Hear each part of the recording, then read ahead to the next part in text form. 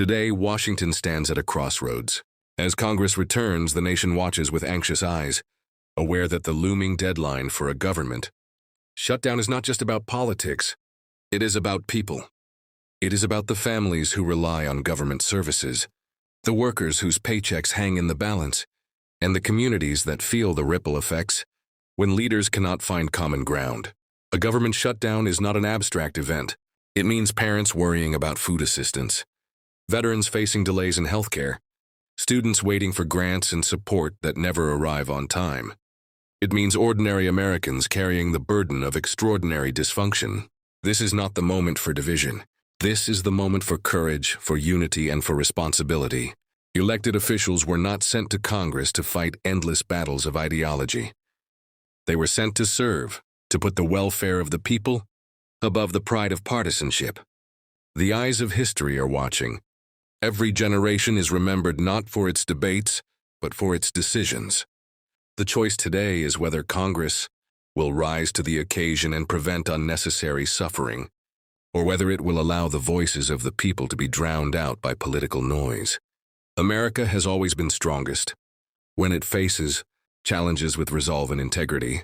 Now is the time for leaders to remember their duty, to place country before party, and to ensure that the government remains open, not for themselves, but for the millions who depend on it. Washington may be on edge tonight, but hope still exists. The future is written not by deadlines, but by decisions. And in this moment, the decision should be clear. America must not be shut down. When we talk about the stakes of a government shutdown, we are not speaking about abstract numbers or political strategies. We are talking about real lives. A shutdown has the power to reach into the homes of millions of Americans, creating uncertainty, stress, and hardship that no citizen should have to bear. It is not simply a matter of locked doors in government offices. It is about the ripple effect that spreads across the nation when those doors close. Federal employees are among the first to feel the weight of a shutdown. These are men and women who dedicate their lives to public service, working in airports to keep flights safe, processing claims to help the sick and elderly, or serving in countless other roles that keep the country running smoothly. When a shutdown happens, their paychecks are suddenly suspended.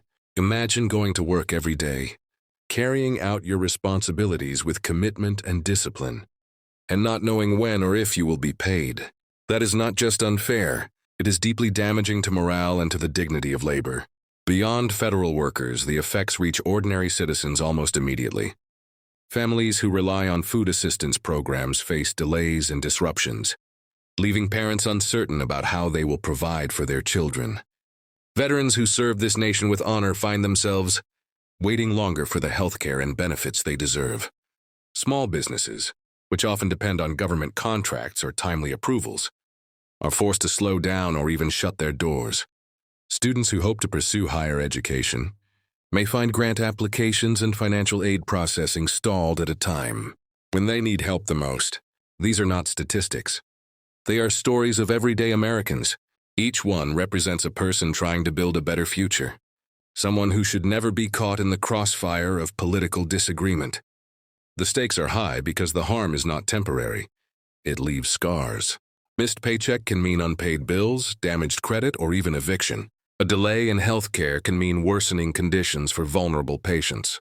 When Congress stands at the edge of a shutdown, it is not merely the government at risk. It is the faith of the people in their leaders. A functioning government is the promise of stability. And when that promise falters, trust begins to break. That is why avoiding a shutdown is not just a political duty. It is a moral responsibility. The looming government shutdown is not only a financial or administrative crisis. It is a reflection of deep political gridlock within Congress. The very institution that was designed to represent the will of the people has, at times, become paralyzed by division. What should be a chamber of collaboration and compromise is too often transformed into a battlefield where party loyalty takes precedence over national interest. Budget negotiations, which ought to be a structured process of balancing priorities and resources, instead devolve into prolonged standoffs. Leaders argue over numbers, policies, and ideologies, while the deadline ticks closer and the nation waits in suspense. Each side clings to its vision, unwilling to yield ground, even when the price of that stubbornness is the stability of the country itself. This gridlock does not only waste time, it drains public confidence in the very idea of governance. When citizens see Congress locked in constant confrontation, the message is clear. Their voices are being overshadowed by partisanship. The hardworking teacher, the small business owner, the single parent struggling to make ends meet. None of them benefit when lawmakers dig trenches and refuse to move. Instead, they feel abandoned by the very system meant to protect their interests. And with each unresolved conflict, frustration and disillusionment grow stronger. This political deadlock also has a ripple effect far beyond Washington.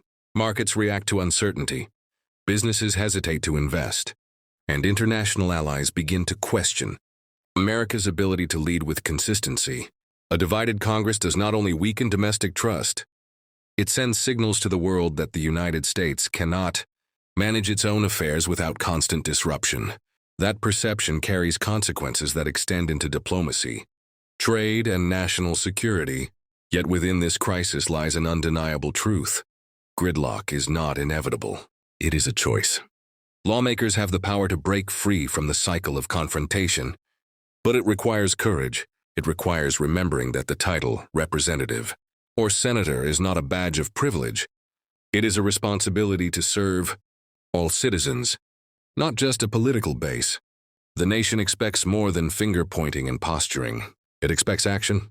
It expects leaders to set aside pride, to reach across the aisle, and to show that democracy is not about winning arguments but about finding solutions.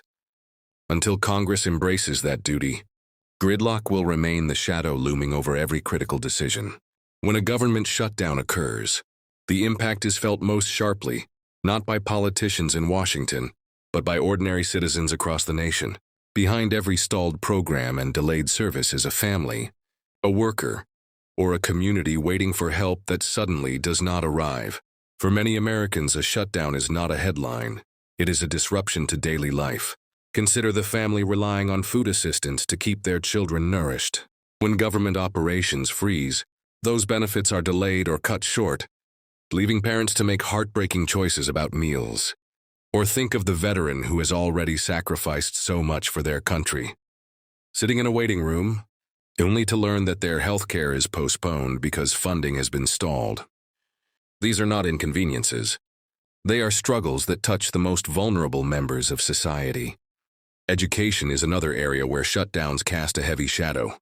Students who depend on federal grants or loans face uncertainty about their future. Colleges and universities feel the ripple effect as financial aid processing slows to a crawl. Dreams of higher education, dreams that could lift entire families into better futures, are suddenly placed on hold, all because leaders fail to find agreement in time. Small businesses, too, carry an invisible burden during a shutdown. Many rely on government contracts or timely approvals for loans and licenses. A delay in these processes can mean stalled projects, lost revenue, and layoffs. For an entrepreneur who has poured their savings and energy into building a company, such uncertainty can be devastating. Travelers also experience the weight of dysfunction. Air traffic controllers, TSA agents, and other essential workers often continue their duties without pay during a shutdown. Their dedication keeps the nation moving. But the stress of working without a paycheck cannot be ignored. These men and women stand as silent reminders of how ordinary people bear the cost of political indecision. The most striking reality is this: while lawmakers argue in the halls of Congress, it is the people outside those halls who live with the consequences. Every paycheck missed, every appointment delayed, and every opportunity lost builds frustration and erodes faith in government. Ordinary citizens do not have the power to stop a shutdown, but they carry the heaviest weight when one begins. That is why the human cost must always remain at the center of the debate. A government is not just an institution, it is a lifeline. And when that lifeline falters, it is the people who suffer first and suffer most. The consequences of a government shutdown do not stop at America's borders. In today's interconnected world, every decision made in Washington echoes across continents. When the U.S. government grinds to a halt, the message sent to the international community is one of instability and uncertainty, and that message carries weight far beyond politics. It touches the global economy, diplomacy, and America's role as a leader on the world stage. Financial markets are among the first to react. Investors and businesses across the globe watch Washington closely, and the threat of a shutdown often triggers unease. The United States is home to the world's largest economy, and when its government appears paralyzed, confidence wavers, stock markets fluctuate, currencies react, and international partners begin to question the reliability of America as a stable economic powerhouse. The ripple effect can be felt from Wall Street to Tokyo, from London to Seoul. Diplomacy, too, suffers in times of shutdown.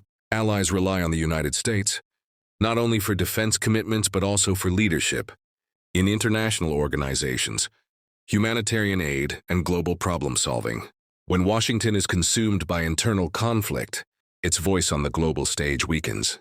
Meetings are postponed, initiatives delayed, and adversaries seize the moment to argue that America cannot manage even its own affairs. Such moments provide opportunities for rivals to expand influence. Where America falters, national security is another area that cannot be ignored. Although essential operations continue, prolonged uncertainty can strain defense planning and readiness. A distracted Congress, locked in battles over budgets, risks undermining the steady focus required to address threats abroad. Stability at home is the foundation of strength abroad, and when that stability cracks, the entire structure becomes vulnerable. Beyond economics and security, there is also a matter of credibility. Nations look to the United States as a model of democracy, but repeated shutdown threats paint a picture of dysfunction. How can America urge other nations to adopt democratic values when its own government appears unable to function without constant crisis? This contradiction damages the moral authority that has long been one of America's greatest strengths. The global consequences of a shutdown remind us that America does not stand alone. Its decisions, or indecisions, affect billions of lives worldwide. That is why the responsibility of Congress extends beyond national borders. When Washington falters, the world feels it. And when Washington leads with stability, the world gains strength. At this critical moment, what America needs most is leadership, true leadership that rises above division and seeks solutions for the greater good. The looming threat of a government shutdown is more than a budgetary dispute. It is a test of whether elected officials remember why they were sent to Washington in the first place. The urgency of leadership cannot be overstated, because when leaders hesitate, it is the people who pay the price. Leadership is not about standing firm in one's corner and refusing to move. It is about stepping into the center, listening, negotiating, and finding a way forward, even when it is difficult. Real leaders do not wait for the perfect moment. They act in the moment of greatest need. They understand that unity is not weakness, but strength, and compromise is not surrender, but progress. This crisis is an opportunity for Congress to demonstrate courage. The American people are tired of political theater. They are tired of promises without action. They want to see their representatives working together, not tearing each other apart. They want proof that the system can work, that democracy is capable of delivering stability and security. Even in challenging times, the urgency lies in showing the nation and the world that America's leaders can put country before party. History remembers those who rise above conflict to serve the people. It does not celebrate the loudest voices of division, but the steady hands that steer the ship through storm. Every member of Congress has a choice to make. Will they add to the noise of partisanship? Or will they be the voice of reason that prevents unnecessary suffering? Leadership means choosing responsibility over rhetoric, solutions over standoffs. This moment is not about political victories. It is about preserving trust. Once trust in government erodes, rebuilding it is a far greater challenge. Citizens must believe that their leaders care for their well-being, that their concerns matter more than political gamesmanship. Without that trust, democracy itself weakens. The urgency for leadership is clear. The clock is ticking, and the consequences of failure are too great. Now is the time for Congress to stand tall, to set aside pride, and to show the American people that their government can work for them. Leadership is not about words, it is about action, and the time to act is now.